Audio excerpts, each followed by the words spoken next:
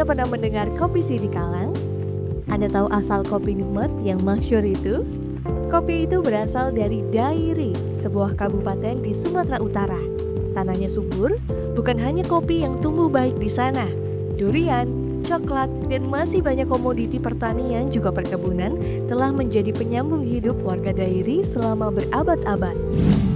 Namun, nikmatnya kopi, lezatnya durian, dan laku hidup warga yang menyatu dengan mekanisme alam dibayang-bayangi oleh raksasa kejam. Raksasa kejam itu bernama PT Dairi Prima Mineral atau PT DPM, perusahaan tambang yang rakus lahan. PT DPM yang sahamnya dimiliki 51% oleh China Neferous Metal Industry Foreign Engineering and Construction Co. atau NFC, perusahaan asal Tiongkok, serta 49% saham dimiliki PT Bumi Resource Mineral atau BRM, perusahaan tambang di bawah naungan Bakri Group milik Abu Rizal Bakri. PT DPM berencana menambang timah hitam dan seng, memiliki konsesi seluas 24.636 hektar. Terletak di Desa Longkotan, Kecamatan Silima, Punggah-Punggah, Kabupaten Dairi, tepatnya di hulu desa. DPM bahkan berencana meluaskan terowongannya sampai Provinsi Nangro Aceh Darussalam. DPM pada tahun 2019 membangun gudang peledak yang hanya berjarak kurang lebih 50 meter dari pemukiman dan lahan pertanian warga. Bahkan, gereja tempat warga beribadah terancam mengalah harus direlokasi. Tak selesai sampai di situ, di tahun 2021, DPM melakukan pengujian stone column atau metode getar untuk mengetahui parameter daya dukung tanah di lokasi fasilitas bendungan limbah tanpa sosialisasi kepada para warga. Pembangunan tersebut berdampak pada rusaknya rumah warga.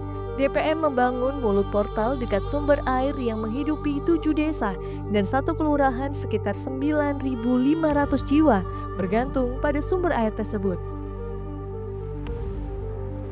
Warga makin terhimpit saat pemerintah tiba-tiba mematok lahan dan menetapkan menjadi kawasan hutan lindung. Desa Lai Haporas dan Desa Lai Markelang termasuk di dalamnya. Sudah dipatok tambang, ditambah dipatok negara. Warga Desa Lai Haporas dan Desa Lai Markelang menggantungkan hidupnya pada pertanian. Komoditas pertanian seperti kopi, durian, kemiri, dan masih banyak lagi menjadi sumber ekonomi warga. Tercatat akhir tahun 2024 dan awal tahun 2025, warga Lai Markelang dan Lai Haporas mendapatkan penghasilan lebih dari 100 juta per tahun.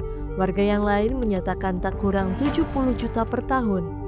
Datangnya DPM yang diberi karpet merah oleh negara jelas membuat warga khawatir akan seluruh jagat hidupnya. Bukan hanya rencana sosial, bencana ekologis pun di depan mata. Karena kawasan Dairi terletak di jalur pertemuan lempeng tektonik. Hal ini dikuatkan dengan kajian analisis resiko bencana oleh BPBD Dairi.